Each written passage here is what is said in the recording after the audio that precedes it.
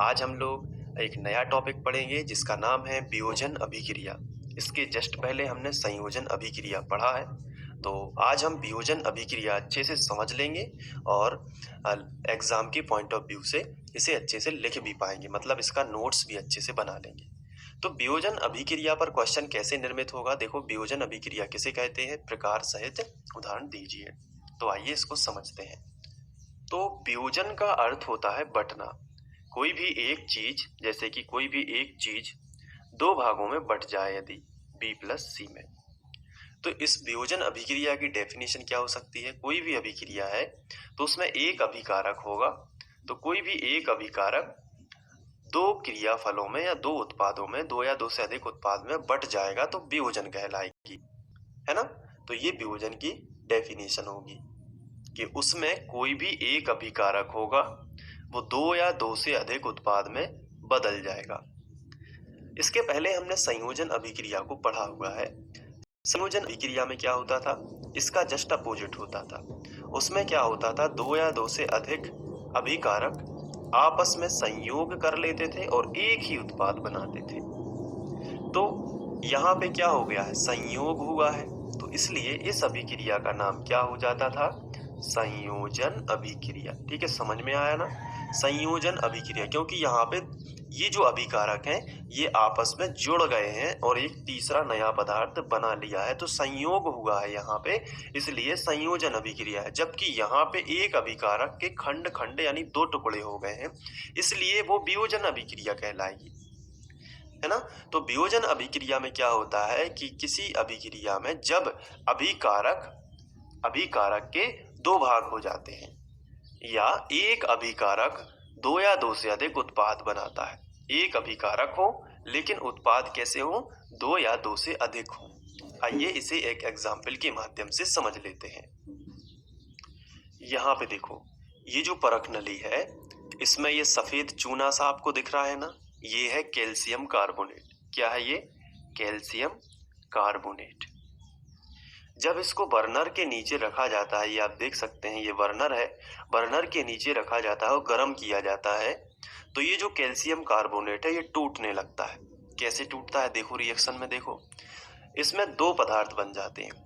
पहला बनता है कैल्शियम ऑक्साइड, ठीक है, और दूसरा बनता है कार्बन डाइऑक्साइड। यहाँ पे कार्बन डाइऑक्साइड गैस निकलेगी और ये जो कैल्शियम ऑक्साइड है ये नीचे नीचे यहाँ पे बैठने लगेगा। इसे हम कहते हैं बिना बुझा चूना।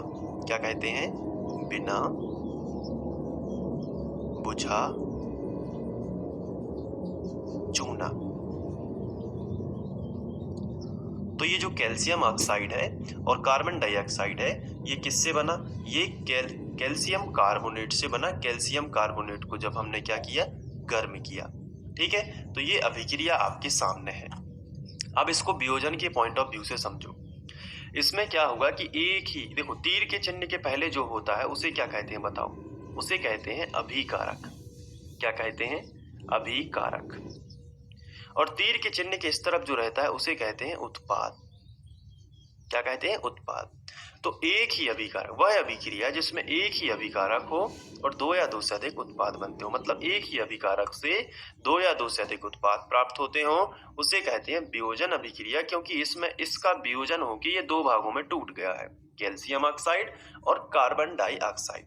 ठीक है, कैल्शियम ऑक्साइड को क्या बोलते हैं, बिना बुझा चूना। याद रख लेना इसको, ये कभी भी एग्जाम में पूछा जा सकता है।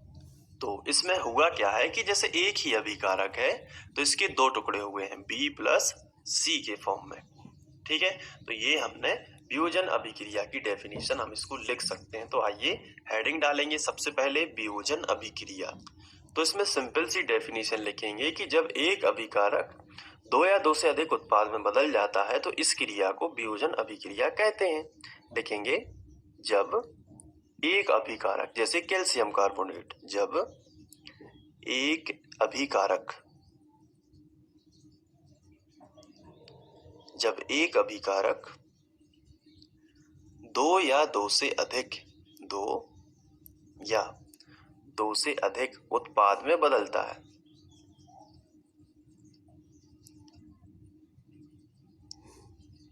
अधिक तो इस अभिक्रिया को वियोजन अभिक्रिया कहते हैं। ठीक है, समझ में आ ही गया होगा। अब इसके लिए हम सबसे पहले उदाहरण के तौर पर लिखेंगे। देखो, उदाहरण में हम लिखेंगे जैसे कोई एक अभिकारक A है तो वो क्या करेगा, B प्लस सी के रूप का हो जाएगा, B प्लस सी।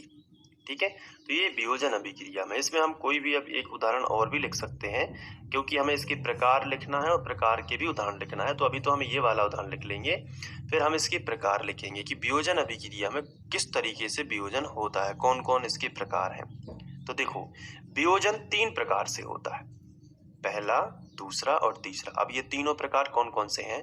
पहले नंबर पर जो वियोजन होता है उसे बोलते हैं ऊष्मीय वियोजन। अब इसका क्या मतलब हुआ?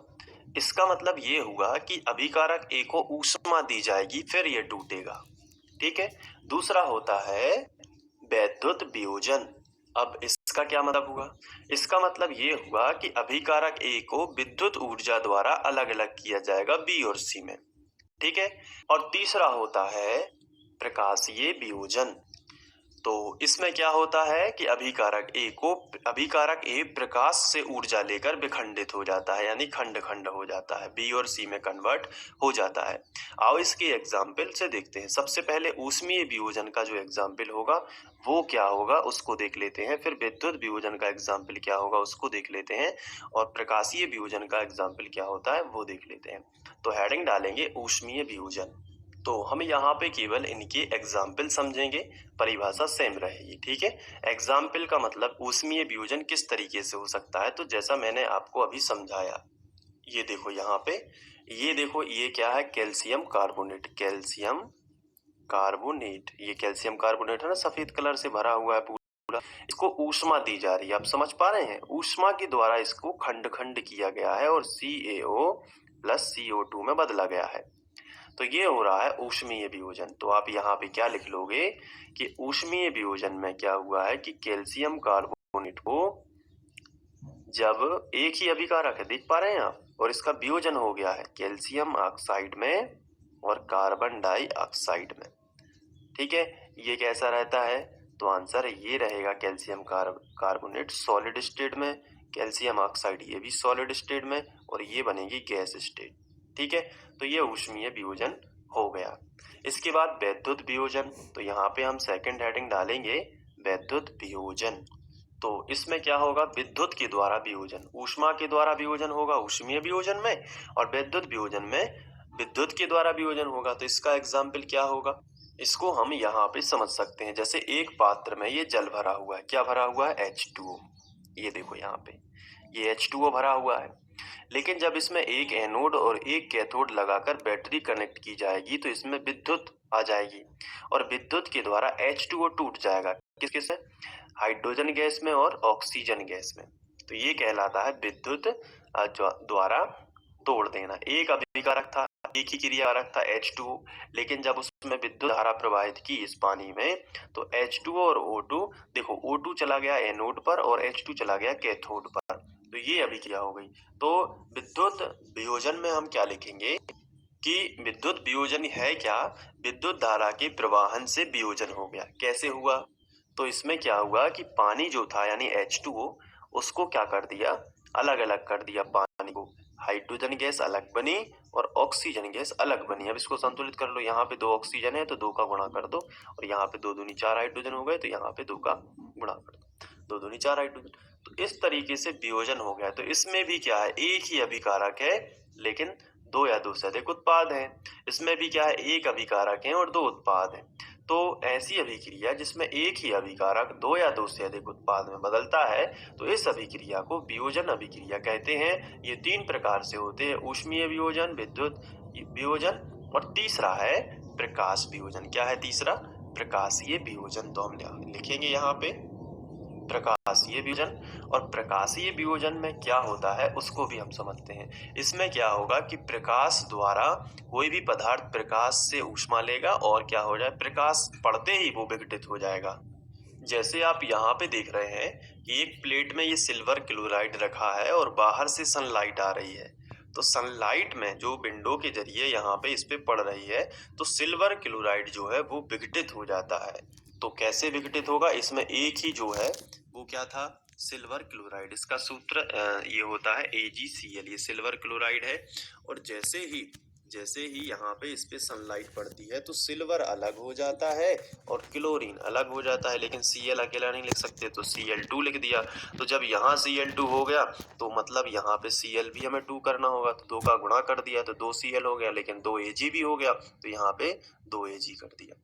क्योंकि हम इसको कैसे लिख सकते हैं, हम इसको Ag2 के फॉर्म में नहीं लिख सकते, लेकिन Cl2 फॉर्म में ही पाया जाता है।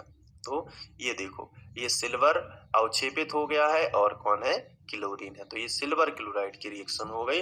और ये प्रकाशीय वियोजन है, इसमें एक ही अभिकारक है और 2 उत्पाद बन गए हैं। तो किसकी उपस्थिति में, प्रकाश की उपस्थिति में। तो हम यही अभिक्रिया यहाँ पे लिख सकते हैं। हम लिखेंगे कि जो सिल्वर क्लोराइड है वो 2 भागों में विभाजित हो गया, एक तो सिल्वर में हुआ, दूसरा क्लोरीन में। क्लोरीन को ऐसे लिखते हैं, तो यहाँ से आइडिया लगा कि 2 है यहाँ पे, तो 2 का गुणा कर दो तो 2 सिल्वर भी होगा, तो यहाँ पे भी 2 का गुणा कर। तो ये हो गया प्रकाशीय वियोजन।